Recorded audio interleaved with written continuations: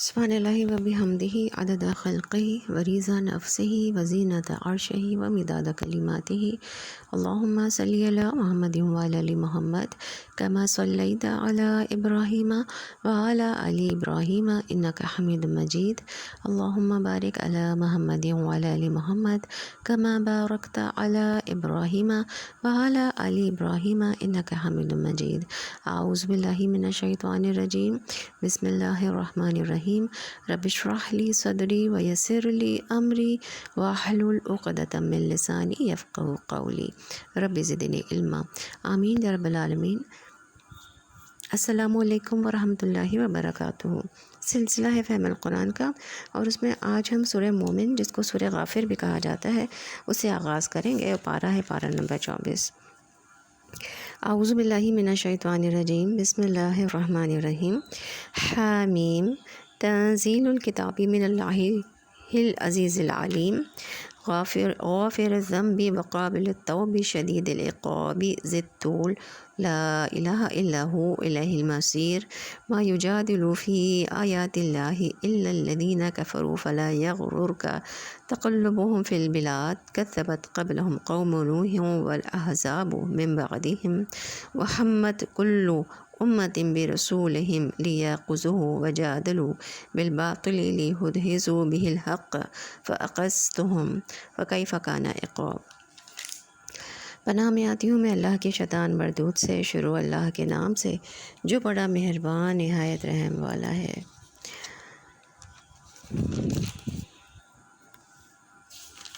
اب یہ سورہ مومن جو ہے، اور یہ شروع ہو گئی ہیں حامیم، جو 7 حامیم ہیں۔ اب یہ یہاں سے سورہ مومن سے وہ بھی ان کا آغاز ہو چکا ہے، تو شروع کرتے ہیں۔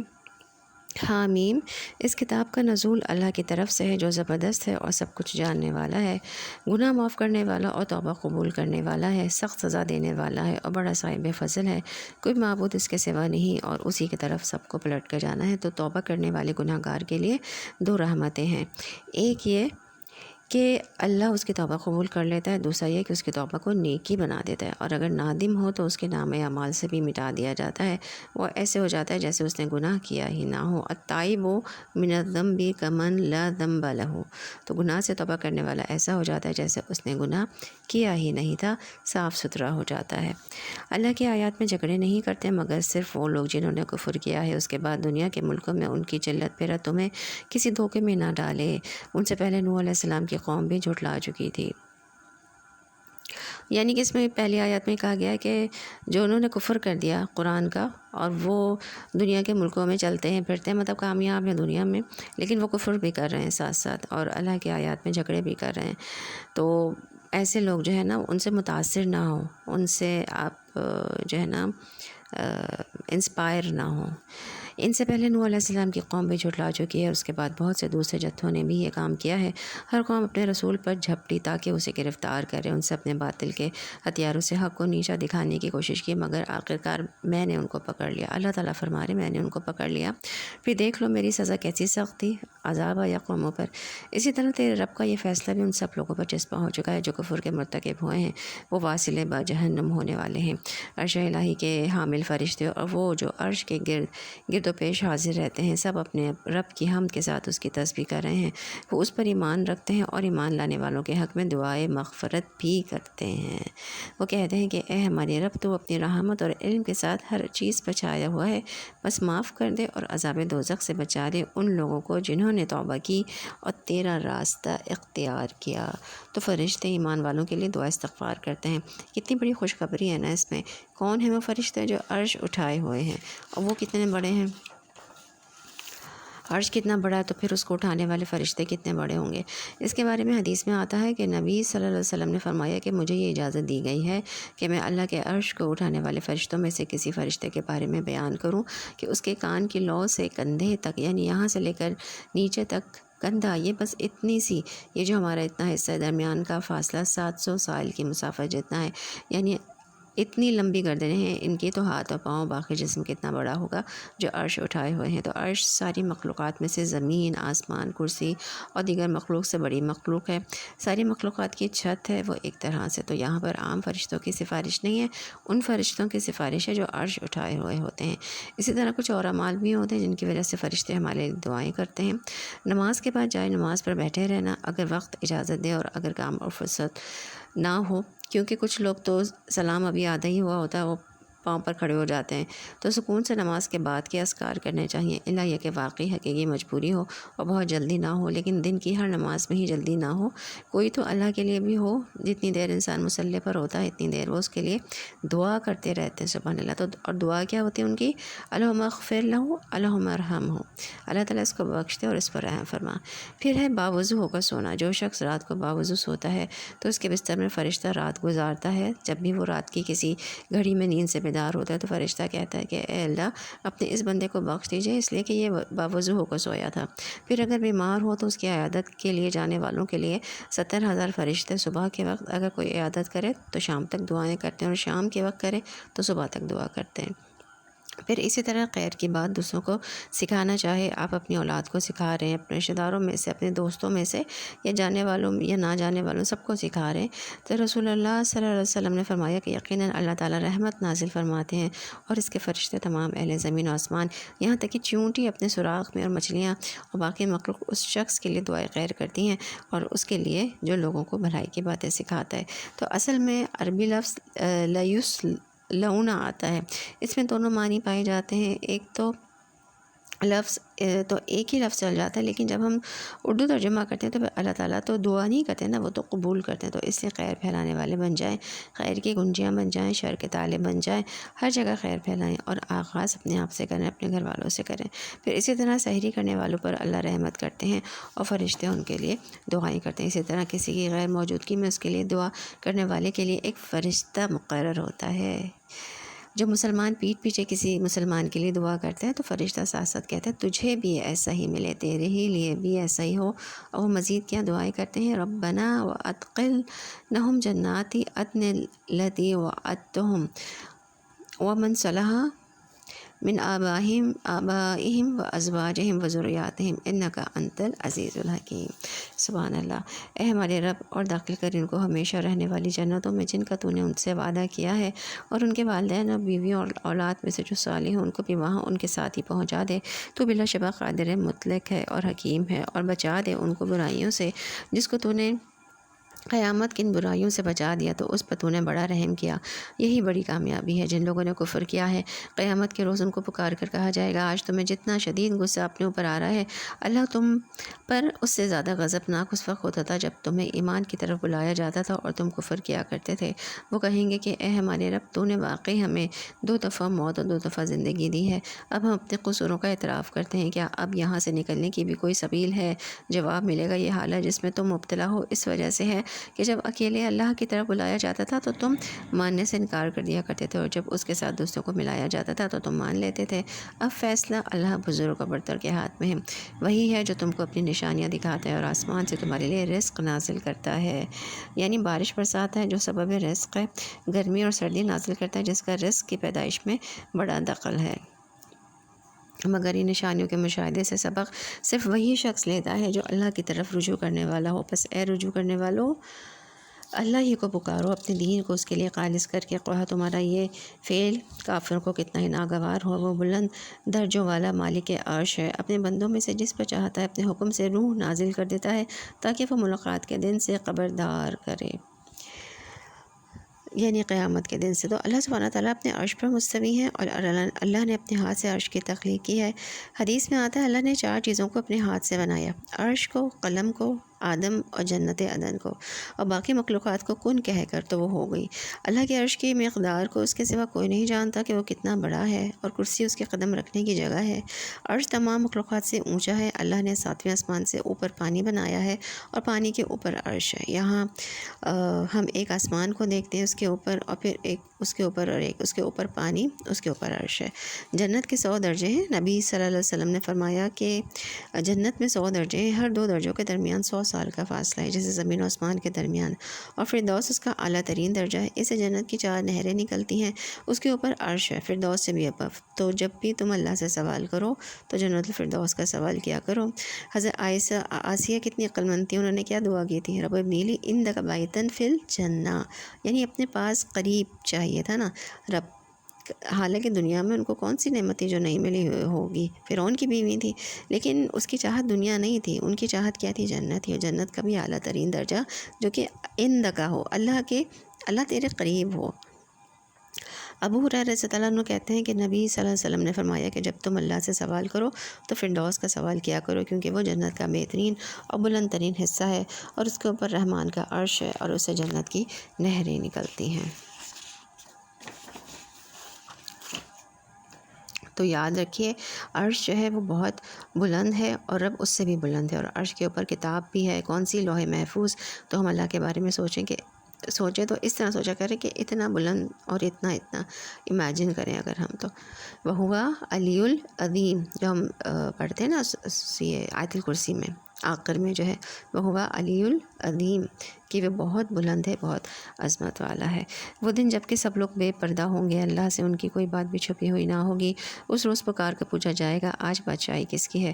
سارا عالم پکار اٹھے گا اللہ واحد قہار کی، کہا جائے گا آج ہر متنفس کو اس کی کمائی کا بدلہ دیا جائے گا جو اس نے کی تھی، آج کسی پر کوئی ظلم نہ ہوگا، اور اللہ حساب لینے میں بہت تیز ہے۔ اے نبی صلی اللہ علیہ وسلم ڈرا دو ان لوگوں کو اس دن سے جو قریب آ لگا ہے، جب کلیجے منہ کو آ رہے ہوں گے اور لوگ چپ چاپ غم کے گھوٹ پیے کھڑے ہوں گے، ظالموں کا نہ کوئی مشفق دوست ہوگا اور نہ کوئی شفیع جس کی بات مانی جائے۔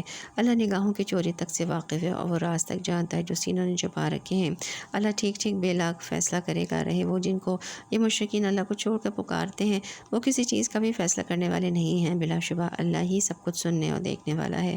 کیا یہ لوگ کبھی زمین میں چلے پھرے نہیں ہیں کہ انہیں ان لوگوں کا انجام نظر آتا جو ان سے پہلے گزر چکے ہیں؟ وہ ان سے زیادہ طاقتور تھے اور ان سے زیادہ زبردست آثار زمین میں چھوڑ گئے تھے، مگر اللہ نے ان کے گناہوں پر انہیں پکڑ لیا، اور ان کو اللہ سے بچانے والا کوئی نہ تھا۔ یہ ان کا انجام اس لیے ہوا کہ ان کے پاس ان کے رسول بینات لے کر آئے تھے۔ بینات سے مراد 3 چیزیں، ایک ایسی نمایاں علامات اور نشانیاں جو ان کے مامور من اللہ ہونے پر شاہد تھیں، دوسرے ایسی روشن دلیلیں جو ان کے پیش کردہ تعلیم کے حق کا ثبوت دے رہی تھیں، اور تیسرے زندگی کے مسائل و معاملات کے متعلق ایسی واضح ہدایت جنہیں دیکھ کر ہر معقول آدمی یہ جان سکتا تھا کہ ایسی پاکیزہ تعلیم کوئی جھوٹا خود غرض آدمی نہیں دے سکتا، اور انہوں نے ماننے سے انکار کر دیا۔ آخرکار اللہ نے ان کو پکڑ لیا، یقیناً وہ بڑی قوت والا اور سزا دینے میں بہت سخت ہے۔ ہم نے موسیٰ علیہ السلام کو فرعون اور حامان اور قارون کی طرف اپنی نشانیاں اور نمایاں سند ماموریت کے ساتھ بھیجا، مگر انہوں نے کہا کہ ساحر ہے، کذاب ہے۔ پھر جب وہ ہماری طرف سے حق ان کے سامنے لے آئے تو انہوں نے کہا کہ جو لوگ ایمان لا کر اس کے ساتھ شامل ہوئے ہیں ان کے سب لڑکوں کو قتل کرو اور لڑکیوں کو جیتا چھوڑ دو، مگر کافروں کی چال اکارت ہی گئی۔ ایک روز فرعون نے اپنے درباریوں سے کہا کہ چھوڑو مجھے، میں اس موسیٰ کو قتل کیے دیتا ہوں، اور پکار دیکھیں یہ اپنے رب کو مجھے اندیشہ ہے کہ یہ تمہارا دین بدل ڈالے گا یا ملک میں فساد برپا کرے گا۔ اصل میں یہ سورہ مومن ایک مومن کا اس میں قصہ بیان ہوا ہے جو کہ فرعون کے دربار میں ایک شخص موسیٰ علیہ السلام کی حمایت میں کھڑا ہوا تھا، اور اس نے جو ہے وہ یہ جرت کی تھی، تو اس کا تذکرہ اس کا اور تو کچھ اتنا نہیں ہے، بس اس کا تھوڑا سی جو گفتگو تھی وہ اللہ تعالیٰ نے اس میں شامل کیا ہے۔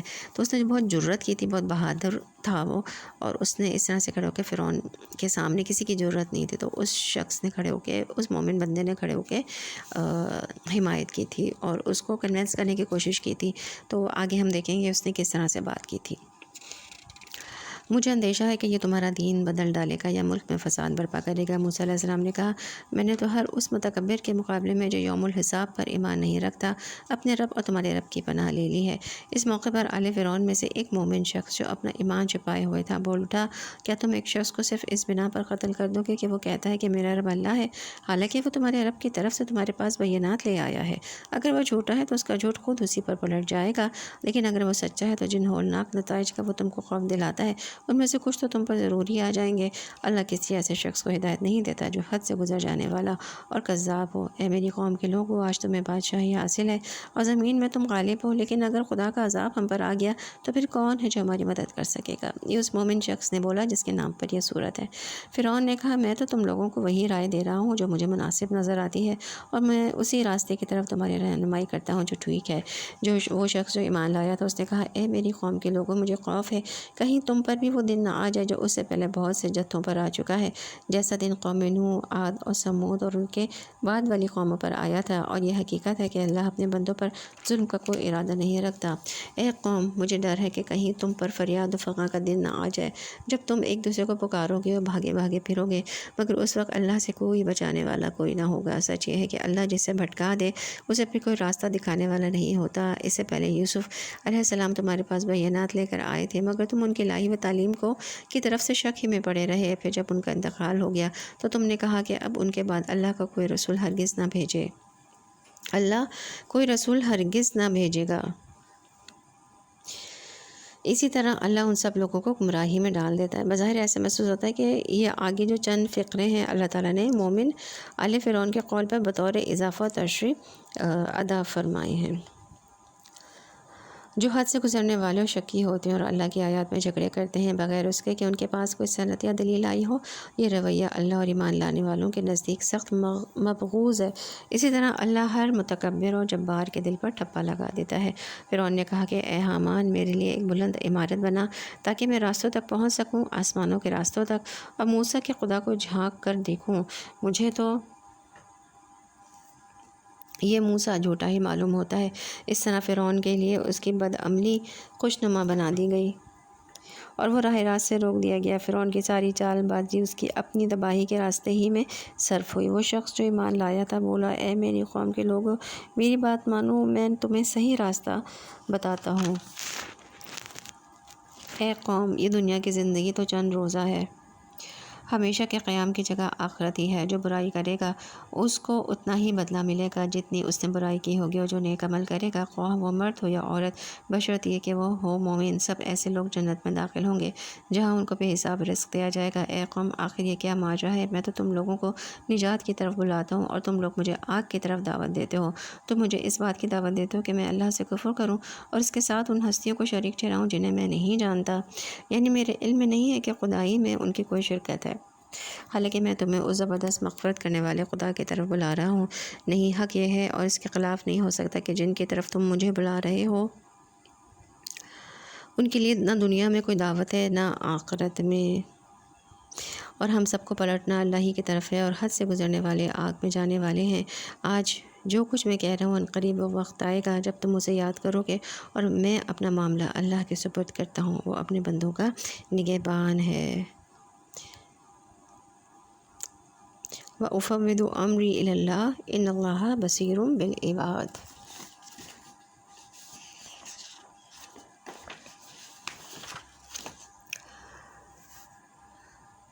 تو ہمیں بھی اس شخص نے، جو مومن شخص تھا، اس نے اپنا معاملہ اللہ کی طرف کر دیا۔ ہمیں بھی اپنے معاملات اللہ کے سپرد کر دینے چاہیے۔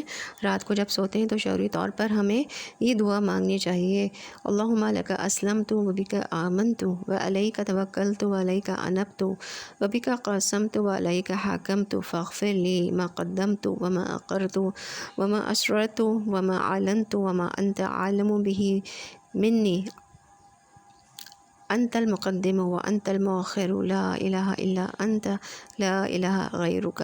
آخر تک یہ دعا ہے، اور پھر اسی طرح وہ دعا بھی جس میں آتا ہے نا، اللہم اسلمت وجہی الیک وفوضت امری الیک والجأت ظہری الیک ورغبت ورہبۃ الیک لا ملجا ولا منجا منک الا الیک، اللہم آمنت بکتابک الذی انزلت وبنبیک الذی ارسلت۔ کہ اے اللہ، میں نے اپنا چہرہ تیرے سپرد کیا، اپنا معاملہ تجھے سونپ دیا، میں نے تیرے ثواب کی توقع اور تیرے عذاب کے ڈر سے تجھے ہی پشت پناہ بنا لیا ہے۔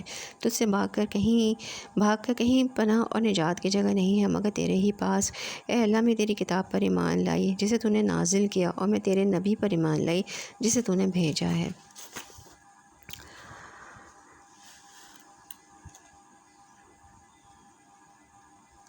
ظاہر کہتے ہیں کہ بیک کو یعنی میں نے تیری طرف لگا دیا. یہاں پہ جو یہ کہا گیا ہے نا کہ ڈر سے تجھے ہی پشت پناہ بنا لیا، تو یعنی میری ٹوٹل ریلائنس آپ پر ہے. میں نے اپنی پوری ٹیک ادھر ہی لگا دی ہے، پورے کا پورا بھروسہ اللہ پر ہی کر دیا ہے، اور اسی لیے میں کمفرٹیبل ہوں. یعنی جب انسان کسی چیز کے ساتھ ٹیک لگاتا ہے تو پھر کیا ہوتا ہے، اسی طرح انسان جب اپنے معاملات اللہ کے سپورٹ کر دیتا ہے تو ریلیکس ہو جاتا ہے. اب وہ کرے گا، میں نے جو کرنا تھا وہ کر لیا، باقی میرے رب کے ذمے ہے. جو نے کہا میں نے اپنا معاملہ اللہ کے سپورٹ کرتا ہوں. آخرکار ان لوگوں نے جو بری سے بری چالیں اس مومن کے خلاف چلی، اللہ نے ان سب سے اس کو بچا لیا، اور فرعون کے ساتھی خود بدترین عذاب کے پھیر میں آ گئے. دوزخ کی آگ ہے جس کے سامنے صبح و شام وہ پیش کیے جاتے ہیں. کون؟ فرعون اور اس کے ساتھی. اور جب قیامت میں گھڑی آ جائے گی تو حکم ہوگا اہل فرعون کو شدید تر عذاب میں داخل کرو. یہ کون سی جگہ ہے جہاں آگ ہوتی ہے؟ کہ برزخ ہے. نبی صلی اللہ علیہ وسلم جب معراج پر تشریف لے گئے تھے تو آپ کو آل فرعون آگ پر جاتی دکھائی گئی تھی کہ برزخ میں انہیں آگ پر پیش کیا جاتا ہے. اس سے قبر کے عذاب کا ثبوت ملتا ہے. بہت سے لوگ کہتے ہیں کہ قرآن میں کہاں لکھا ہے قبر کا عذاب، اور قیامت ہوگی تو کہا جائے گا کہ آل فرعون کو شدید عذاب میں داخل کر دو، تو یہ قیامت سے پہلے کا عذاب ہے. قبر کی زندگی برحق ہے، وہ دنیا جیسی زندگی نہیں ہے، وہ ایک الگ زندگی ہے، وہ برزخ کی زندگی. اور اس میں بھی انسان کو صبح شام اس کا جنت اور جہنم میں ٹھکانہ دکھایا جاتا ہے. جیسے آل فرعون صبح شام جو ہے وہ پیش کیے جاتے ہیں آگ پہ، تو قبر کے اندر مردے کو اگر جنتی ہو تو جنت کا ٹھکانہ، اور اگر جہنمی ہو تو جہنم دکھائی جاتی ہے.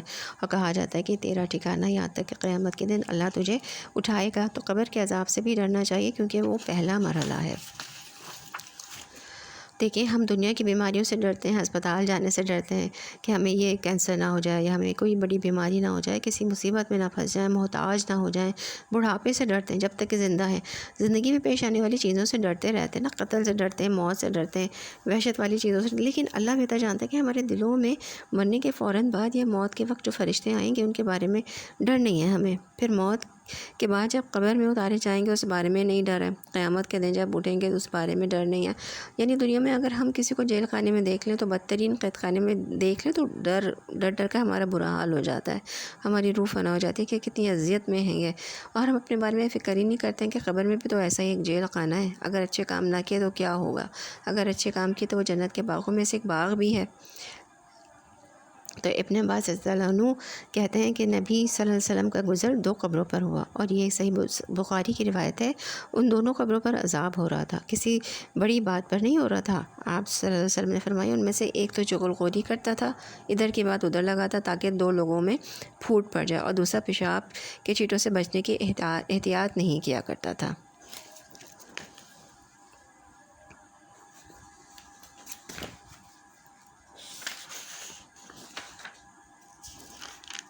پھر ذرا خیال کرو اس وقت کا جب یہ لوگ دوزخ میں ایک دوسرے سے جھگڑ رہے ہوں گے. دنیا میں جو لوگ کمزور تھے وہ بڑے بننے والوں سے کہیں گے کہ ہم تمہارے تابع تھے، اب کیا تم نارے جہنم کی تکلیف کے کچھ حصے سے ہم کو بچا لو گے؟ وہ بڑے بننے والے جواب دیں گے ہم سب یہاں ایک حال میں ہیں، اور اللہ بندوں کے درمیان فیصلہ کر چکا ہے. پھر یہ دوزخ میں پڑے ہوئے لوگ جہنم کے اہلکاروں سے کہیں گے اے اپنے رب سے دعا کرو کہ ہمارے عذاب میں بس ایک دن کی تخفیف کر دے. وہ پوچھیں گے کیا تمہارے پاس تمہارے رسول بینات لے کر نہیں آتے رہے تھے؟ وہ کہیں گے کہ ہاں. تو جہنم کے اہلکار بولیں گے پھر تو تم ہی دعا کرو، اور کافروں کی دعا اکارت ہی جانے والی ہے. اتنی اہم اور واضح طور پر تمام مستقبل کی باتیں بتا دی گئی ہیں، پھر بھی ہم مسلمان غفلت میں پڑے ہوئے ہیں. اللہ تعالیٰ ہم سب کو غفلت سے نکالے، غفلت کی زندگی سے نکالے. جو حکم اللہ تعالیٰ نے ہمیں دیا ہے کرنے کا، اچھے کام اور نیکی کے کام وہ کرنے کی توفیق دیں، اور جن گناہوں میں ہم پڑے ہوئے ہیں ان سے بچنے کی توفیق دے، اور جو کر چکے ہیں ان پہ توبہ استغفار بھی ہم کریں اور آگے بڑھیں زندگی میں. اور جو ہمیں ایک تقوی والی زندگی گزارنی چاہیے، اللہ تعالیٰ ہمیں اس کی توفیق دیں تاکہ یہ جو واقعات بیان ہو رہے ہیں یہ ان سب سے ہم بچ سکیں. یقین جانو کہ ہم اپنے رسول اور ایمان لانے والوں کی مدد اس دنیا کی زندگی میں بھی لازماً کرتے ہیں. جب انسان ایک قدم اٹھاتے ہیں نا تو اللہ تعالیٰ ساتھ ہوتے ہیں اس کے، اور اس روز بھی کریں گے جب گواہ کھڑے ہوں گے، جب ظالموں کو ان کے معزت کو بھی فائدہ نہیں دے گی اور ان پر لعنت پڑے گی، بدترین ٹھکانہ ان کے حصے میں آئے گا. آخر دیکھ لو موسیٰ علیہ السلام کہ ہم نے رہنمائی کی بنی اسرائیل کو اس کتاب کا وارث بنا دیا جو عقل و دانش رکھنے والوں کے لیے ہدایت تھی، نصیحت تھی۔ پس اے نبی صلی اللہ علیہ وسلم صبر کیجیے، اللہ کا وعدہ برحق ہے، اور اپنے قصور کی معافی چاہو، صبح اور شام اپنے رب کی حمد کے ساتھ اس کی تسبیح کرتے رہو۔ دیکھیں یہاں پہ پھر معافی کی بات آئی ہے اور اللہ کی تسبیح صبح اور شام بیان کرنے کی بات آئی ہے۔ کس کے لیے؟ کیا یہ ہم کافروں کے لیے پڑھ رہے ہیں؟ نہیں، اس میں سب کے لیے ہے، کافروں کے لیے بھی ہے، مسلمانوں کے لیے بھی ہے، سب کے لیے۔ تو ہمیں بھی توبہ استغفار کرتے رہنا چاہیے اور اپنے رب کی صبح و شام تسبیح بیان کرتے رہنا چاہیے۔ اللہ تعالی ہمیں حیاتاً طیبہ نصیب فرمائے، آمین۔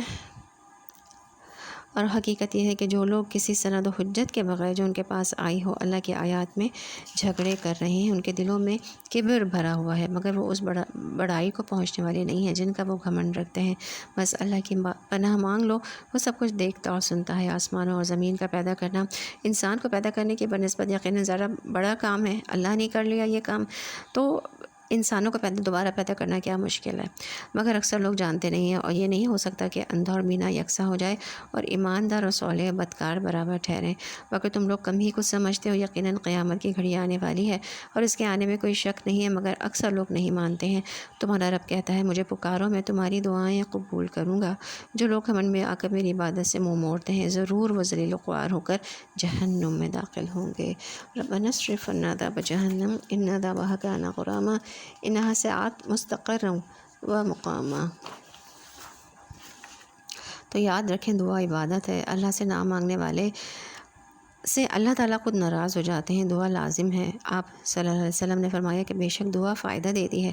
اس بارے میں جو کچھ نازل ہو چکا، یعنی جو مصیبت آ چکی، اس کے بارے میں بھی جو نہیں اترا، بس اللہ کہ بندو تم پر دعا کرنا لازم ہے۔ دعا تین طرح قبول ہوتی ہے، یا تو ویسے ہی فوراً جو وہ چاہتا ہے، یا آخرت کے لیے ذخیرہ کر دی جاتی ہے، یا پھر اس جیسی کوئی تکلیف دور کر دی جاتی ہے، یعنی جس درجے کی دعا ہوتی ہے۔ صحابہ نے عرض کیا اس طرح تو ہم بہت زیادہ دعائیں کریں گے؟ آپ صلی اللہ علیہ وسلم نے فرمایا کہ اللہ اس سے بھی زیادہ کثرت والا ہے، وہ زیادہ دے سکتا ہے۔ لیکن یہ دیکھیے کہ جب انسان بندوں سے مانگتا ہے تو بندے تنگ آ جاتے ہیں نا۔ اور آپ نے دیکھا ہوگا اگر کسی بندے کے بارے میں یہ پتہ ہو کہ جب یہ فون کرتا ہے یا کچھ مانگنے کے لیے آتا ہے تو آپ اس کا نام دیکھتے ہیں ہم گھبرا جاتے ہیں کہ اب پتہ نہیں ہے کیا مانگنے آیا ہے۔ تو اللہ ایسا نہیں ہے، اللہ تعالیٰ تو خوش ہوتے ہیں جتنی دفعہ مانگیں نا۔ مانگنے کے دن بھی ہیں، آخری عشرہ چل رہا ہے اور آج 25ویں رات بھی ہے، تو جتنی دفعہ کوئی مانگے اللہ تعالیٰ خوش ہوتے ہیں۔ وہ اللہ ہی تو ہے جس نے تمہارے لیے رات بنائی تاکہ تم اس میں سکون حاصل کرو اور دن کو روشن کیا۔ حقیقت یہ ہے کہ اللہ لوگوں پر بڑا فضل فرمانے والا ہے، مگر اکثر لوگ شکر ادا نہیں کرتے۔ وہی اللہ جس نے تمہارے لیے یہ کچھ کیا ہے، تمہارا رب ہر چیز کا خالق، اس کے سوا کوئی معبود نہیں ہے، پھر تم کدھر سے بہکائے جا رہے ہو؟ اس طرح وہ سب لوگ بہکائے جاتے رہے ہیں جو اللہ کی آیات کا انکار کرتے تھے۔ وہ اللہ ہی تو ہے جس نے تمہارے لیے زمین کو جائے قرار بنایا اور اوپر آسمان کا گنبد بنا دیا، جس نے تمہاری صورت بنائی اور بڑی ہی عمدہ بنائی، اور جس نے تمہیں پاکیزہ چیزوں کا رزق دیا۔ وہی اللہ جس کے یہ کام ہے تمہارا رب ہے، بے حساب برکتوں والا ہے، وہ کائنات کا رب، وہی زندہ ہے، اس کے سوا کوئی معبود نہیں ہے۔ اسی کو تم پکارو، اپنے دین کو اس کے لیے خالص کر کے۔ ساری تعریف اللہ رب العالمین ہی کے لیے ہے۔ اے نبی صلی اللہ علیہ وسلم ان لوگوں سے کہہ دیجئے کہ مجھے تو ان ہستیوں کی عبادت سے منع کر دیا گیا ہے جنہیں تم اللہ کو چھوڑ کر پکارتے ہو۔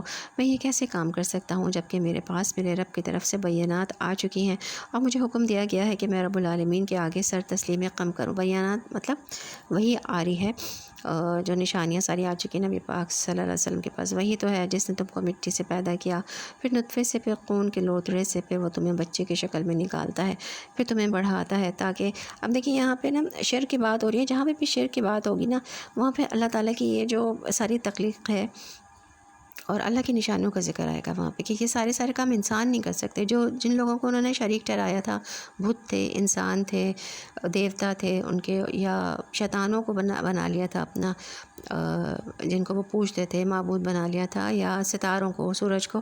تو یہ سب چیزیں، یہ جو کام اب بتائے جا رہے ہیں کہ تم کو پیدا کرنا، مٹی سے پیدا کیا پھر نطفے سے، یہ وہ شریک نہیں کر سکتے، یہ تو صرف اللہ تعالیٰ کی ذات ہے نا جو کر سکتی ہیں۔ تو عبادت کے بھی صرف وہی لائق ہے۔ میں یہ کام کیسے کر سکتا ہوں جبکہ میرے پاس اب میرے رب کی طرف سے بیانات آ چکے ہیں. مجھے حکم دیا گیا ہے کہ میں رب العالمین کے آگے سر تسلیم میں کم کر دوں. وہی تو ہے جس نے تم کو مٹی سے پیدا کیا، پھر نطفے سے، پھر خون کے لوتھڑے سے، پھر وہ تمہیں بچے کی شکل میں نکالتا ہے، پھر تمہیں بڑھاتا ہے تاکہ تم اپنی پوری طاقت کو پہنچ جاؤ، پھر اور بڑھاتا ہے تاکہ تم بڑھاپے کو پہنچو. اب تم میں سے کوئی پہلے ہی واپس بلا لیا جاتا ہے، اور یہ سب کچھ اس لیے کیا جاتا ہے تاکہ تم اپنے مقرر وقت تک پہنچ جاؤ، اور اس لیے کہ تم حقیقت کو سمجھو. وہی ہے زندگی دینے والا، وہی موت دینے والا ہے. وہ جس بات کا بھی فیصلہ کرتا ہے بس ایک حکم دیتا ہے کہ وہ ہو جائے، اور وہ ہو جاتی ہے. تم نے دیکھا ان لوگوں کو جو اللہ کی آیات میں جھگڑے کرتے ہیں، کہاں سے وہ پھرائے جا رہے ہیں. یہ لوگ اس کتاب کو اور ان ساری کتابوں کو جھٹلاتے ہیں جو ہم نے اپنے رسولوں کے ساتھ بھیجی تھیں. قریب انہیں معلوم ہو جائے گا کہ جب توق ان کی گردنوں میں ہوں گے وہ زنجیریں، جن سے پکڑ کر وہ کھولتے ہوئے پانی کی طرف کھینچے جائیں گے اور پھر دوزخ کی آگ میں جھونک دیے جائیں گے. اللہم اجرنا من النار. پھر ان سے پوچھا جائے گا کہ اب کہاں ہیں اللہ کے سوا وہ دوسرے خدا جن کو تم شریک کیا کرتے تھے. تو شرک کتنا بڑا گناہ ہے.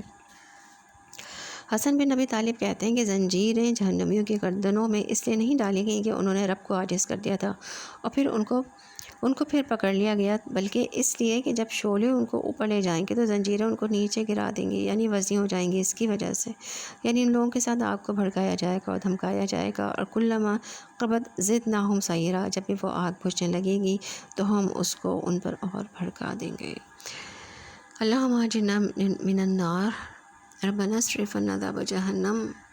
تو بہت شدید عذاب ہے جہنم کا کہ وہ کمی نہیں ہوگی اس میں. جب بھی انسان چاہے گا نا کہ اس میں کمی کر دی جائے تو یہ چیز ختم ہو جائے. جیسے دنیا میں ہوتا ہے نا کوئی تکلیف آتی ہے ایک تو وہ ختم ہو جاتی ہے وقت کے ساتھ ساتھ، وہ زائل ہونے لگتی ہے. وہاں پہ زائل نہیں ہوگی، وہ اس کو بڑھا دیا جاتا جائے گا.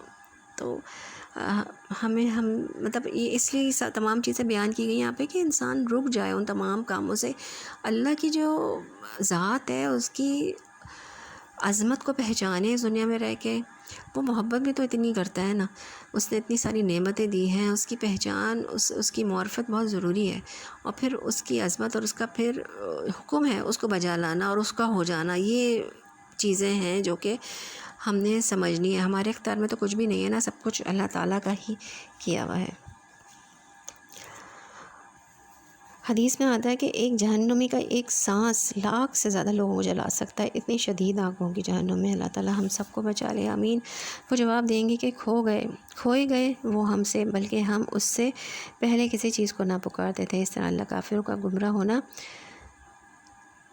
متحقق کر دے گا اور ان سے کہا جائے گا یہ تمہارا انجام اس لیے ہوا ہے کہ تم زمین میں غیر حق پر مگن تھے، یعنی کہ شرک پر مگن تھے اور غیر اللہ پر مگن تھے، پھر اس پر اتراتے بھی تھے. اب جاؤ جہنم کے دروازوں میں داخل ہو جاؤ، ہمیشہ تم کو وہیں رہنا ہے. بہت ہی برا ٹھکانہ ہے متکبرین کا.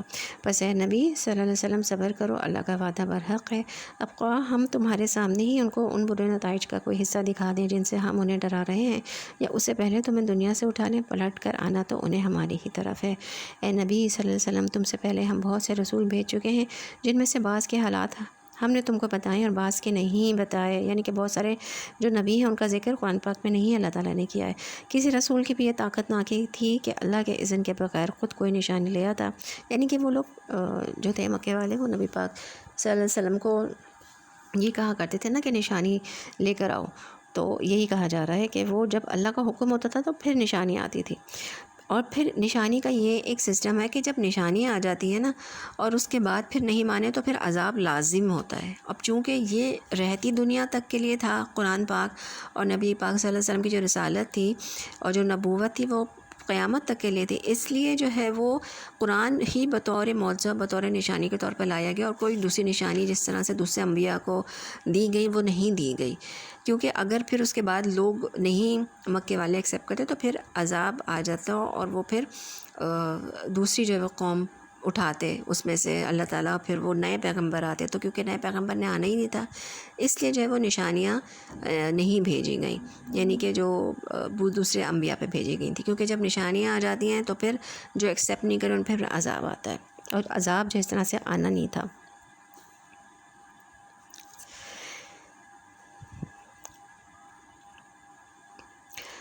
کسی رسول کے کی بھی یہ طاقت نہ کی تھی کہ اللہ کے اذن کے بغیر خود کوئی نشانی لے آتا. پھر جب اللہ کا حکم آ گیا تو حق کے مطابق فیصلہ کر دیا گیا اور اس وقت غلط کار لوگ خسارے میں پڑ گئے. اللہ ہی نے تمہارے لیے مویشی جانور بنائے ہیں تاکہ ان میں سے کسی پر تم سوار ہو اور کسی کا گوشت کھاؤ. ان کے اندر تمہارے لیے اور بھی بہت سے منافع ہیں, وہ اس کام بھی آتے ہیں تمہارے. اب انہوں نے مویشیوں کو بھی بتوں کے نام پہ چھوڑ دیا تھا. جو چیزیں اللہ تعالیٰ نے انسان کو فائدہ دینے کے لیے بنائی ہیں ان کو بتوں کے نام پہ چھوڑ دو اور ان سے فائدہ نہیں اٹھاؤ, یہ بھی غلط ہے. تو یہ چیز بھی بہت زیادہ قرآن پاک میں بتائی گئی کہ جو چیزیں اللہ نے تمہارے فائدے کے لیے بنائی ہیں ان کو تم اسی طرح سے استعمال کرو, ان کو معبودوں کے نام پہ چھوڑ نہیں دو. ان کے اندر تمہارے لیے اور بھی بہت سے منافع ہیں. اس کام بھی آتے ہیں کہ تمہارے دلوں میں جہاں جانے کی حاجت ہو وہاں تم ان پر پہنچ سکو. ان پر بھی اور کشتیوں پر بھی تم سوار کیے جاتے ہو. اللہ اپنی یہ نشانیاں تمہیں دکھا رہے ہیں, آخر تم اس کی کن کن نشانیوں کا انکار کرو گے؟ پھر کہ یہ زمین میں چلے پھرے نہیں کہ ان کو ان لوگوں کا انجام نظر آتا جو ان سے پہلے گزر چکے. وہ ان سے تعداد میں زیادہ تھے, ان سے بڑھ کر طاقتور تھے اور زمین میں ان سے زیادہ شاندار آثار چھوڑ گئے تھے. اور جو کچھ کمائی انہوں نے کی تھی آخر وہ ان کے کس کام آئی؟ جب ان کے رسول ان کے پاس بینات لے کر آئے تو وہ اسی علم میں مگن رہے اور جو ان کے پاس تھا, اور پھر اسی چیز کے پھیر میں آ گئے جس کا وہ مذاق اڑاتے تھے. تو اللہ اکبر, آج بھی تو یہی حال ہے نا. قرآن کی تعلیم کا انتظام بھی ہے لیکن اکثر لوگ خود مسلمان بھی اس علم میں مگن ہیں جو دنیا کا ہے, کیونکہ دنیا کے فائدے چاہتے ہیں اور قرآن کو پس پش ڈال رکھا ہے کہ بعد میں صحیح. تو ہر انسان کو اپنی زندگی میں جب بھی موقع ملے, جتنی جلدی ملے, قرآن کو باقاعدہ سیکھنا چاہیے. سمجھ کر پڑھنے کے لیے اس کی تجوید بھی سیکھے, اس کو صحیح پڑھنا آنا چاہیے. پڑھنا آئے گا تو پھر اس کے بعد ہی آپ کو سمجھ آئے گا نا. لیکن اس میں لکھا کیا, اس کے معنی کو سمجھنا, اس کی تفسیر, اس کے جو احکامات ہیں ان کو سمجھنا, اس کے اندر مشغول رہنا, یہ بڑا ضروری ہے کہ کہیں یہ ہمارے خلاف حجت نہ بن جائے. قرآن اے رب, میری اس قوم نے قرآن کو چھوڑ دیا تھا, ایسا نہ ہو.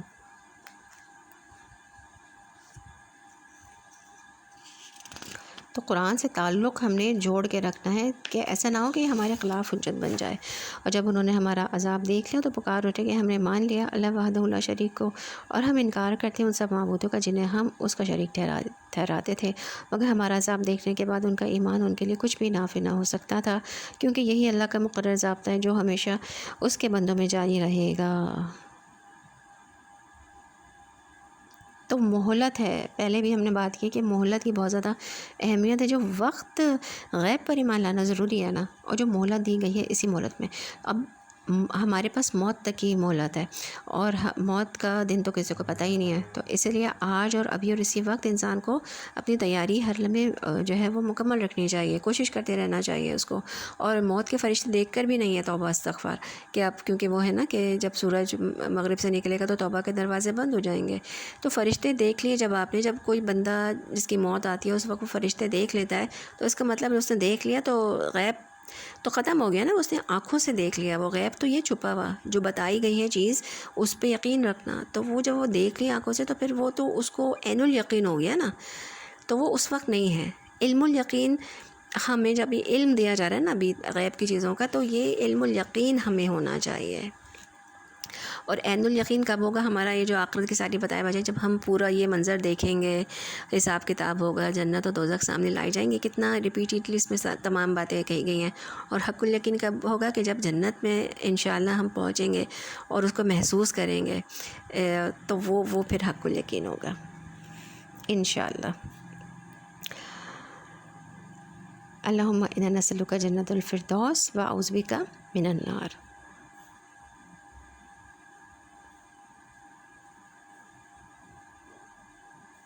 مگر ہمارا عذاب دیکھ لینے کے بعد ان کا ایمان ان کے لیے کچھ بھی نافع نہ ہو سکتا تھا, کیونکہ یہی اللہ کا مقرر ضابطہ جو ہمیشہ اس کے بندوں میں جاری رہتا ہے.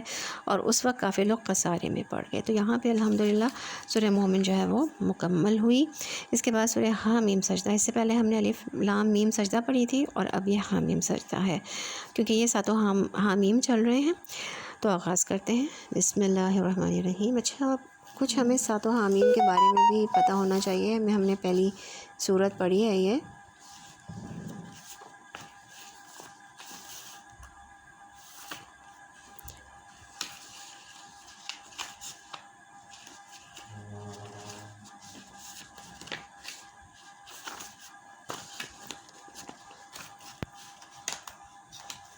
چلیں انشاءاللہ ہم نیکسٹ اس میں کسی میں دیکھیں گے کہ ان ساتوں حامیم کے بارے میں کچھ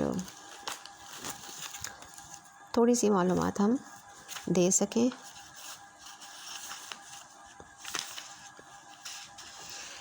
آغاز کرتے ہیں سورہ حامیم سجدہ کا۔ بسم اللہ الرحمن الرحیم۔ حامیم تنزیل من الرحمن الرحیم کتاب فصلت آیاتہ قرآنا عربیا لقوم یعلمون بشیرا ونذیرا فأعرض أکثرهم فهم لا يسمعون وقالوا قلوبنا في أکنة مما تدعونا إلیہ وفی آذاننا وقر ومن بیننا وبینک حجاب فعمل إننا عاملون۔ شروع اللہ کے نام سے جو بڑا مہربان نہایت رحم والا ہے۔ اس کو سورہ فصلت بھی کہا جاتا ہے۔ حامیم یہ خدائے رحمان الرحیم کی طرف سے نازل کردہ چیز ہے، ایک ایسی کتاب جس کی آیات خوب کھول کر بیان کی گئی ہیں۔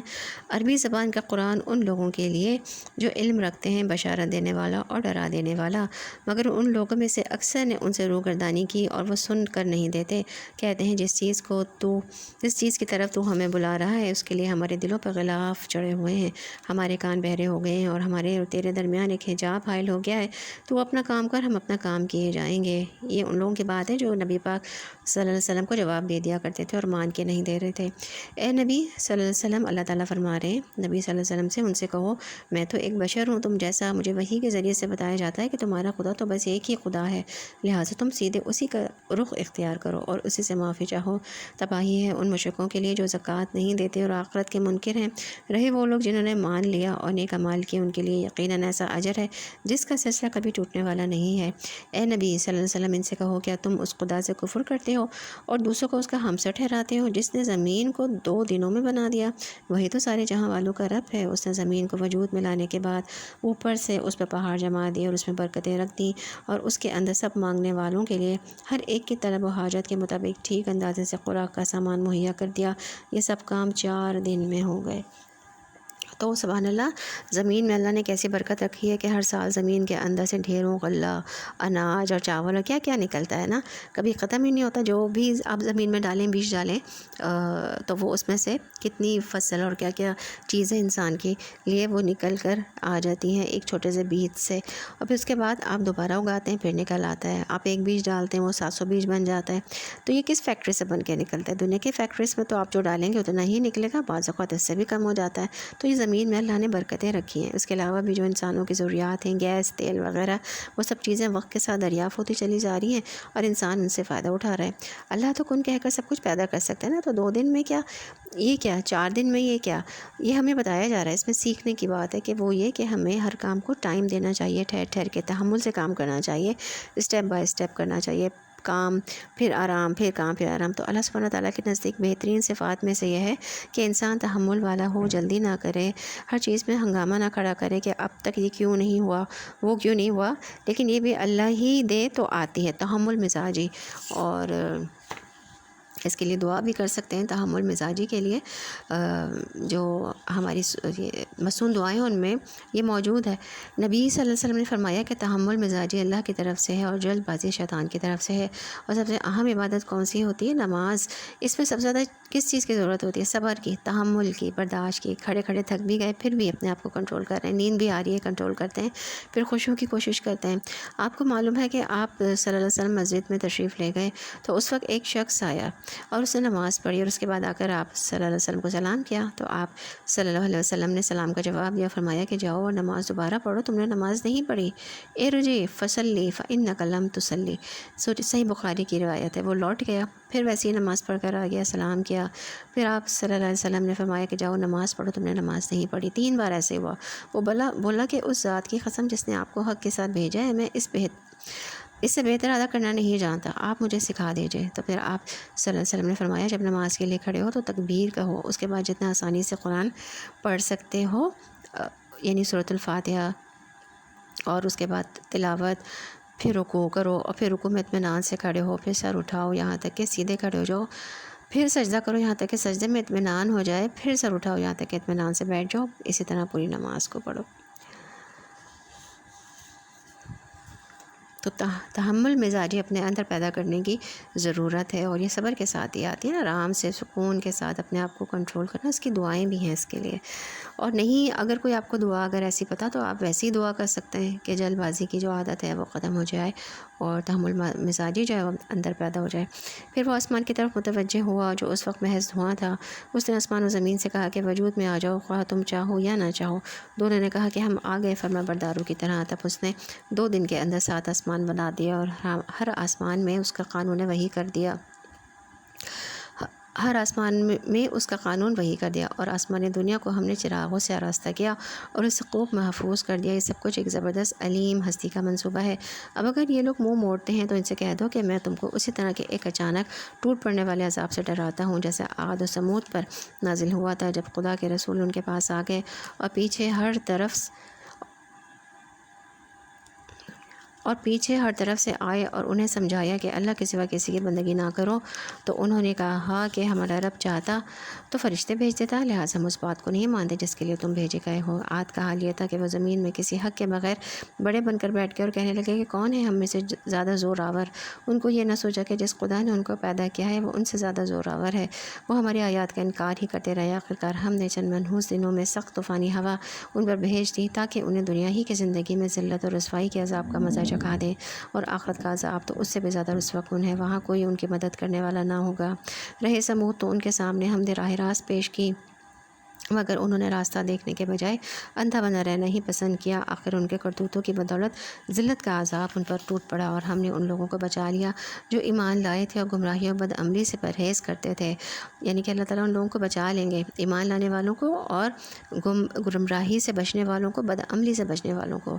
اور ذرا اس وقت کا خیال کرو جب اللہ کے یہ دشمن دوزخ کی طرف جانے کے لیے گھیر لائے جائیں گے، ان کے اگلوں پچھلوں کو کے آنے تک روک رکھا جائے گا، اور پھر جب سب وہاں جمع ہو جائیں گے تو ان کے کان اور ان کی آنکھیں، ان کے جسم کی کھالیں ان پر گواہی دیں گی کہ وہ دنیا میں کیا کچھ کرتے رہیں۔ وہ اپنے جسم کی کھالوں سے کہیں گے کہ تم نے ہمارے خلاف کیوں گواہی دی؟ وہ جواب دیں گی ہمیں اسی خدا نے گویائی دی جس نے ہر چیز کو گویا کر دیا ہے، اسی نے تم کو پہلی مرتبہ پیدا کیا تھا اور اب اسی کی طرف تم واپس لائے جا رہے ہو۔ تم دنیا میں جرائم کرتے وقت جب چھپتے تھے تو تمہیں یہ خیال نہ تھا کہ کبھی تمہارے اپنے کان، تمہاری آنکھیں، تمہارے جسم کی کھالیں تم پر گواہی دیں گی، بلکہ تم نے تو یہ سمجھا تھا کہ تمہارے بہت سے اعمال کی تو اللہ کو خبر بھی نہیں ہے۔ تمہارا یہی گمان جو تم نے اپنے رب کے ساتھ کیا تھا تمہیں لے ڈوبا، اور اسی کی بدولت تم خسارے میں پڑ گئے ہو۔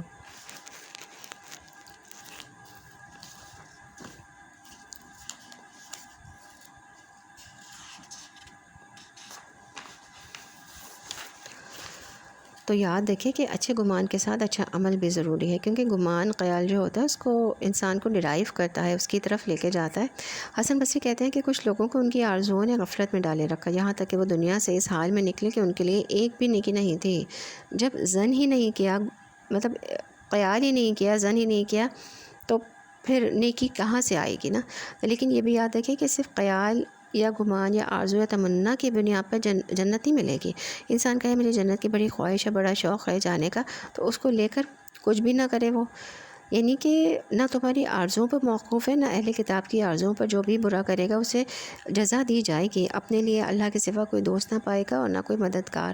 تو جو شخص نیک کاموں میں کوئی نیک کام کرے، مرد ہو یا عورت، اور وہ مومن ہو، تو یہ لوگ جنت میں داخل ہوں گے۔ کھجور کی گٹھلی کے نقطے برابر بھی ان پر ظلم نہ کیا جائے گا۔ تو اس سے پتہ چلتا ہے کہ جنت میں جانے کے لیے عمل چاہیے، اور وہ برے عمل سے زیادہ ہونے چاہیے۔ باقی یعنی کہ نیک عمل زیادہ ہوں گے نا، تبھی تو پلڑا اوپر اٹھے گا، دایاں پلڑا، نیکی کا پلڑا، تبھی تو انسان کو نجات ملے گی۔ تو باقی اللہ کی رحمت ہے جو شامل ہوگی، تو پھر انسان جنت کے اندر جا سکے گا۔ اس حالت میں وہ صبر کریں یا نہ کریں، آگ ہی ان کا ٹھکانہ ہوگی۔ اگر رجوع کا موقع چاہیں گے تو کوئی موقع انہیں نہ دیا جائے گا۔ ہم نے ان پر ایسے ساتھی مسلط کر دیے تھے جو انہیں آگے اور پیچھے ہر چیز کو خوشنما بنا کر دکھاتے تھے۔ آخرکار ان پر وہی فیصلہ عذاب جسمہ ہو کر رہا جو ان سے پہلے گزرے ہوئے جنوں اور انسانوں کے گروہوں پر جسپا ہو چکا تھا۔ یقیناً وہ خسارے میں رہ جانے والے تھے۔ یہ منکرین حق کہتے ہیں اس قرآن کو ہرگز نہ سنو، اور جب یہ سنایا جائے تو اس میں خلل ڈالو، شاید کہ اس طرح تم غالب آ جاؤ۔ تو یہ بات جو ہے یہ ان لوگوں کے کفار کے بارے میں کہی گئی نا کہ کفار کا یہ طریقہ تھا کہ وہ قرآن سنتے وقت شور مچایا کرتے تھے۔ مسلمانوں کو یہ نہیں کرنا چاہیے کہ جہاں قرآن پڑھا جا رہا ہو وہاں اپنی باتیں شروع کر دیں، شور شرابہ ہنگامہ کریں۔ تو یہ جو کفار کے بارے میں بات کہی گئی ہے نا کہ اس کے بارے میں ابن عباس رضی اللہ عنہ کہتے ہیں، وہ کہتے تھے کہ اس میں شور شرابہ کرو کفار، اور بعض کو نصیحت کرتے کہ جب تم محمد صلی اللہ علیہ وسلم کو قرآن پڑھتے ہوئے دیکھو تو ترانوں، شعروں، لغو باتوں کے ساتھ اس کا مقابلہ کرو، تم اپنی مجالس سجا کر بیٹھ جاؤ، تالیاں پیٹو، سیٹیاں بجاؤ، شور شرابہ کرو تاکہ لوگ اس تماشے کی طرف آئیں اور قرآن سننے نہ جائیں۔ تو ضحاک کہتے ہیں، وہ کہتے تھے کہ تم اتنی باتیں کرو تاکہ جو وہ پڑھ رہے ہیں وہ ان پر خلط مرت ہو جائے، ان کو سمجھ ہی کچھ نہ آئے۔ تو قرآن ہمیں کیا ادب سکھاتا ہے قرآن سننے کا، وَإِذَا قُرِئَ الْقُرْآنَ فَاسْتَمِعُوا لَهُ وَأَنصِتُوا لَعَلَّكُمْ تُرْحَمُونَ، کہ جب قرآن پڑھا جائے تو اسے کان لگا کر سنو اور چپ رہو تاکہ تم پر رحم کیا جائے۔ تو قرآن سنتے وقت غفلت اور گفتگو کی ممانعت ہے۔ ابن عثیمین کہتے ہیں کہ جب کسی انسان کے پاس قرآن پڑھا جا رہا ہو تو اس کے لیے جائز نہیں ہے کہ وہ غافل اور بے خبر ہو یا کسی اور سے باتیں کر رہا ہو، اسے چاہیے کہ توجہ سے سنے، چپ کر کے سنے، اور جس وقت قرآن کی تلاوت چل رہی ہو تو اس وقت باتیں کرنا قرآن کی تحقیر ہے۔ اگر آپ کو ضروری بات کرنی ہے تو اس کو بند کریں، گھر کے کام کاج کے دوران تلاوت لگائی جا سکتی ہے، لیکن یہ نہیں کہ بیچ میں فون بھی کر رہے ہیں، بیچ میں بچوں سے باتیں بھی ہو رہی ہیں، تو جس وقت سب گھر سے چلے جاتے ہیں یا نسبتاً خاموشی ہوتی ہے اس وقت تلاوت لگانی چاہیے۔ ان کافروں کو ہم سخت عذاب کا مزہ چکھا کر رہیں گے، اور جو بدترین حرکات یہ کرتے رہے ہیں ان کا پورا بدلہ انہیں دیں گے۔ وہ دوزخ ہے جو اللہ کے دشمنوں کو بدلے میں ملے گی، اسی میں ہمیشہ ہمیشہ کے لیے ان کا گھر ہوگا۔ یہ ہے سزا اس جرم کی جو وہ ہماری آیات کا انکار کرتے رہے ہیں۔ وہاں یہ کافر کہیں گے کہ اے ہمارے رب، ذرا ہمیں دکھا دے ان جنوں اور انسانوں کو جنہوں نے ہمیں گمراہ کیا تھا، ہم انہیں پاؤں تلے رون ڈالیں گے تاکہ وہ خوب ذلیل و خوار ہوں۔ جن لوگوں نے کہا کہ اللہ ہمارا رب ہے اور پھر وہ اس پر ثابت قدم رہے۔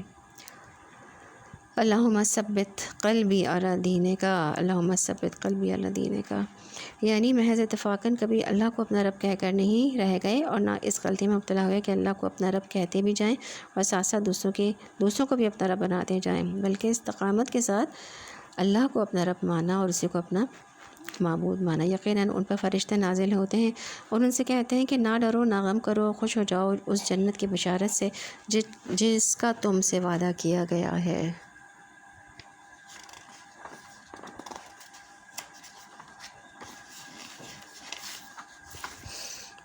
مت گھبراؤ، یعنی مت گھبراؤ، مت ڈرو۔ یہ قرآن بتا رہا ہے کہ ایسے لوگوں کو جو اللہ کو اپنا رب مانتے ہیں، اور رب کو کون مانتا ہے؟ جو اس کو اپنا خالق، مالک، مدبر مانتے ہیں، جس پہ وہ بھروسہ کرے تو توکل کرتے ہیں، اس سے دعائیں مانگتے ہیں، اس کی عبادت کرتے ہیں، اپنا سب کچھ اس رب کو محسوس کرتے ہیں اور پھر اس پر جم جاتے ہیں، اس سے ہٹتے نہیں ہیں، لوگوں کی باتوں میں نہیں آتے، شک و شبہ میں نہیں پڑتے، اور جو رب کو رب مانتا ہے پھر وہ اس کی عبادت کے لیے بھی دوڑتا ہے، اس کے دین کی خدمت کے لیے بھی دوڑتا ہے۔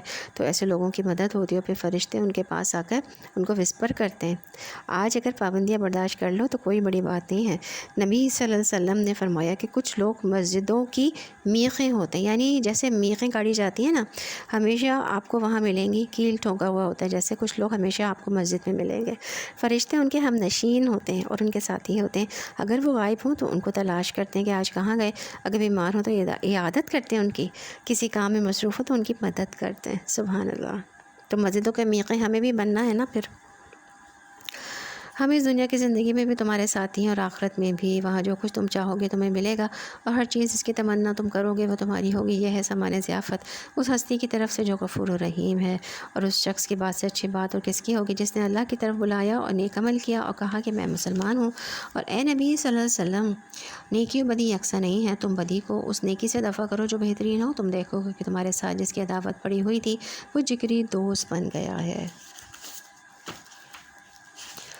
تو سب سے اچھی بات اس کی بات ہے جو لوگوں کو اللہ کی طرف بلائے، اللہ سے جوڑے، خود بھی اچھے کام کرے، دوسروں کو بھی بتائے۔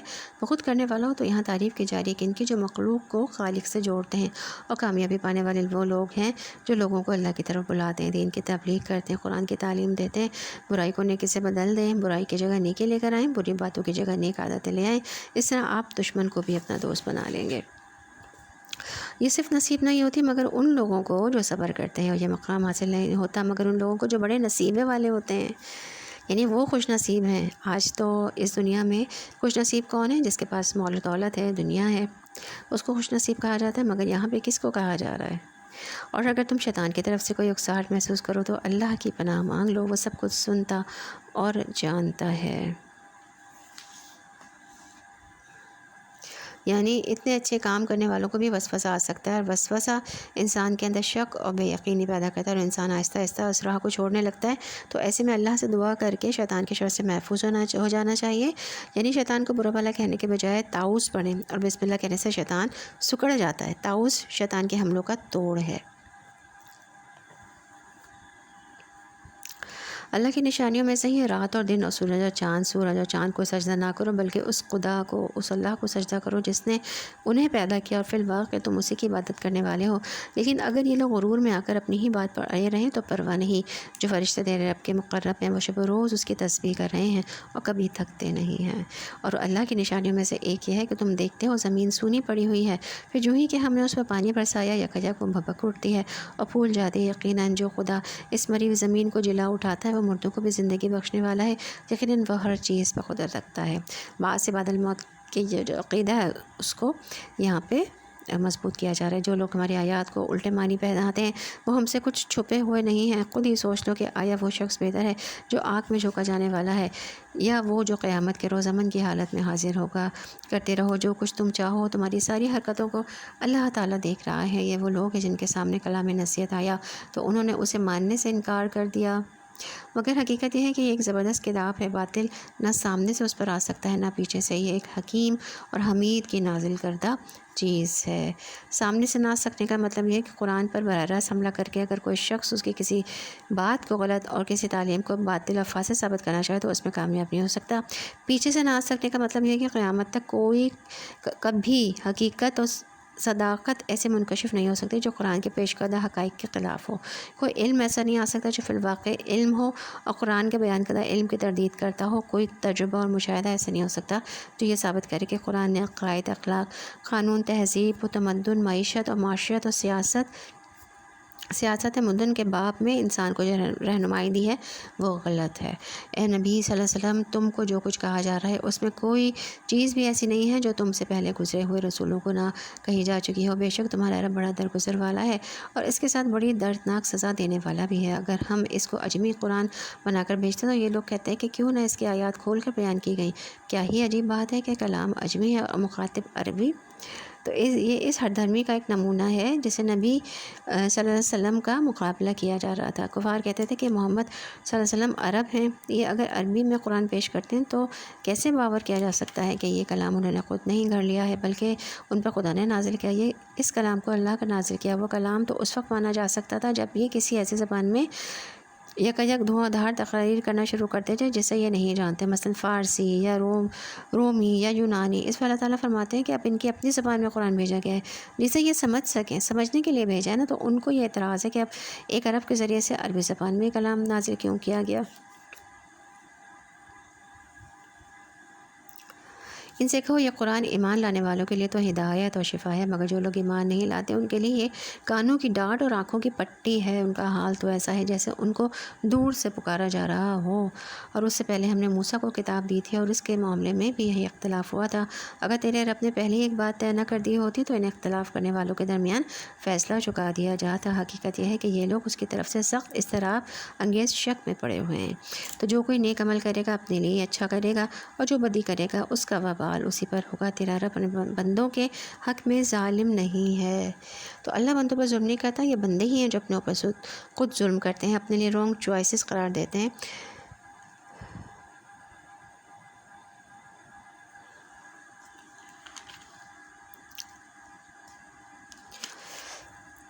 یہاں پہ پارہ نمبر 24 مکمل ہو گیا ہے اور حامیم سجدہ جو ہے وہ جاری ہے۔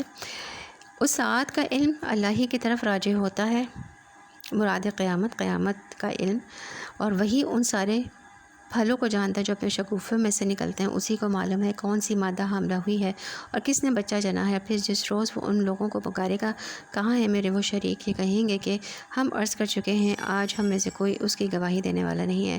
اس وقت وہ سارے معبود ان سے گم ہو جائیں گے جنہیں یہ اس سے پہلے پکارتے تھے، اور یہ لوگ سمجھ لیں گے کہ ان کے لیے اب کوئی جائے پناہ نہیں ہے۔ تو آج کے لیے ہم تھوڑا سا رہ گیا مکمل کر لیتے ہیں۔ یہاں پر اللہ سبحانہ تعالیٰ کے وسیع علم کا ذکر کیا جا رہا ہے، خاص طور پر ان امور کا ذکر کیا جا رہا ہے جن کا علم اللہ تعالیٰ کے ساتھ خاص ہے، جنہیں اس کے سوا کوئی نہیں جانتا، اور قیامت کا علم بھی اسی کی طرف لوٹایا جاتا ہے، یعنی انبیاء، مرسلین، فرشتے، باقی ساری مخلوق اس کے بارے میں عاجز ہیں اور اپنی بے بسی کا اقرار کرتے ہیں کہ کسی کو بھی علم نہیں دیا گیا قیامت کا کہ وہ کب آئے گی۔ اسی طرح سے جو پھل شگوفوں سے نکلتے ہیں، جن میں تمام درختوں کے پھل ہیں، شہروں میں ہوں، جنگلوں میں ہوں، آپ کے گھروں میں ہوں، تو کسی کا بھی کوئی درخت، کوئی بھی پھل جب لگتا ہے تو وہ کس وقت نکلنا ہے، کس طرح سے پھل کب آئے گا، ان سب چیزوں کا علم جو ہے وہ اللہ ہی کے پاس ہے۔ انسان کبھی بھلائی کی دعا مانگتے نہیں تھکتا، اور جب کوئی آفت اس پر آ جاتی ہے تو مایوس تو دل شکستہ ہو جاتا ہے، مگر جو ہی کہ سخت وقت گزر جانے کے بعد جب ہم اپنی رحمت کا مزہ چکھاتے ہیں، یہ کہتا ہے کہ میں اسی کا مستحق تھا اور میں نہیں سمجھتا کہ قیامت کبھی آئے گی، لیکن اگر واقعی میں اپنے رب کی طرف پلٹایا گیا تو وہاں بھی مزے کر لوں گا۔ حالانکہ کفر کرنے والوں کو لازماً ہم بتا کر رہیں گے کہ وہ کیا کر کے آئے ہیں، اور انہیں ہم بڑے گندے عذاب کا مزہ چکھائیں گے۔ انسان کو جب ہم نعمت دیتے ہیں تو وہ منہ پھیرتا ہے اور اکڑ جاتا ہے، اور جب اسے کوئی آفت ہو جاتی ہے تو لمبی چوڑی دعائیں کرنے لگتا ہے۔ اے نبی صلی اللہ علیہ وسلم، ان سے کہو کبھی تم نے یہ بھی سوچا ہے کہ اگر واقعی یہ قرآن خدا ہی کی طرف سے ہوا اور تم اس کا انکار کرتے رہے تو اس شخص سے بڑھ کر بھٹکا ہوا اور کون ہوگا جو اس کی مخالفت میں دور تک نکل گیا ہو۔ ان قریب ہم ان کو اپنی نشانی آفاق میں بھی دکھائیں گے اور ان کے اپنے نفس میں بھی، یہاں تک کہ ان پر یہ بات کھل جائے گی کہ یہ قرآن واقعی برحق ہے۔ کیا یہ بات کافی نہیں کہ تیرا رب ہر چیز کا شاہد ہے؟ آگاہ رہو، یہ لوگ اپنے رب کی ملاقات میں شک رکھتے ہیں، سن رکھو وہ ہر چیز پر محیط ہے۔ الا انہ بکل شیء محیط، یعنی کہ اللہ تعالیٰ ہر چیز پر محیط ہے۔ عمر بن عبدالعزیز ممبر پر چڑھے، پھر اللہ کی حمد و ثنا بیان کے اوپر کہا، اما بعد، اے لوگوں، میں نے کسی نئے حکم کو جاری کرنے کے لیے تمہیں جمع نہیں کیا، لیکن میں نے اس معاملے میں غور کیا ہے کہ جس کی طرف تم لوٹ کر جانے والے ہو، جس سے تمہاری ملاقات ہونے والی ہو۔ پھر انہوں نے کہا کہ میں جان چکا ہوں کہ اس حکم کی تصدیق کرنے والا احمق ہے، اس کی تکذیب کرنے والا ہلاک ہونے والا ہے۔ بس اتنا کہہ کر ممبر سے اتر گئے۔ تو ان کا یہ کہنا کہ اس کی تصدیق کرنے والا کہ اللہ سے ملاقات ہوگی، کہنے والا احمق ہے، تو اس کا کیا مطلب ہے؟ یعنی جو اس کی تصدیق کرتا ہے پھر اسے چاہیے کہ اس جیسا عمل بھی کرے، اتنی تیاری بھی کرے، یعنی جس درجے کی ہستی سے ملاقات ہے پھر اس کی تیاری بھی مطلوب ہے نا۔ لیکن وہ ایسا عمل نہیں کرتا اور نہ ہی اس سے ڈرتا ہے اور نہ ہی اس کی ہولناکی سے خوف کھاتا ہے، حالانکہ وہ اس کی تصدیق بھی کرتا ہے، اس کے مواقع ہونے کا یقین رکھتا ہے، اس کے واقع ہونے کا یقین رکھتا ہے، اس کے باوجود اپنے کھیل اور غفلت، خواہشات اور گناہوں پر آرا رہتا ہے، تو اس اعتبار سے وہ احمق ہے۔ اور لغت میں احمق وہ ہوتا ہے جس کی عقل کمزور ہوتی ہے۔ تو یہاں پہ الحمدللہ ہماری سورہ جو ہے سورہ حامیم سجدہ مکمل ہوئی، اور اس سے آگے سورہ الشورى ہے، وہ انشاءاللہ نیکسٹ کلاس میں۔ آج کے لیے اتنا ہی کافی ہے۔ سبحانک اللہم و بحمدک، نشہد ان لا الہ الا انت، نستغفرک و نتوب الیک۔ الحمدللہ رب العالمین، الصلاۃ والسلام علی رسولہ الکریم۔ سبحان ربک رب العزۃ عما یصفون وسلام علی المرسلین والحمدللہ رب العالمین۔ السلام علیکم ورحمۃ اللہ وبرکاتہ۔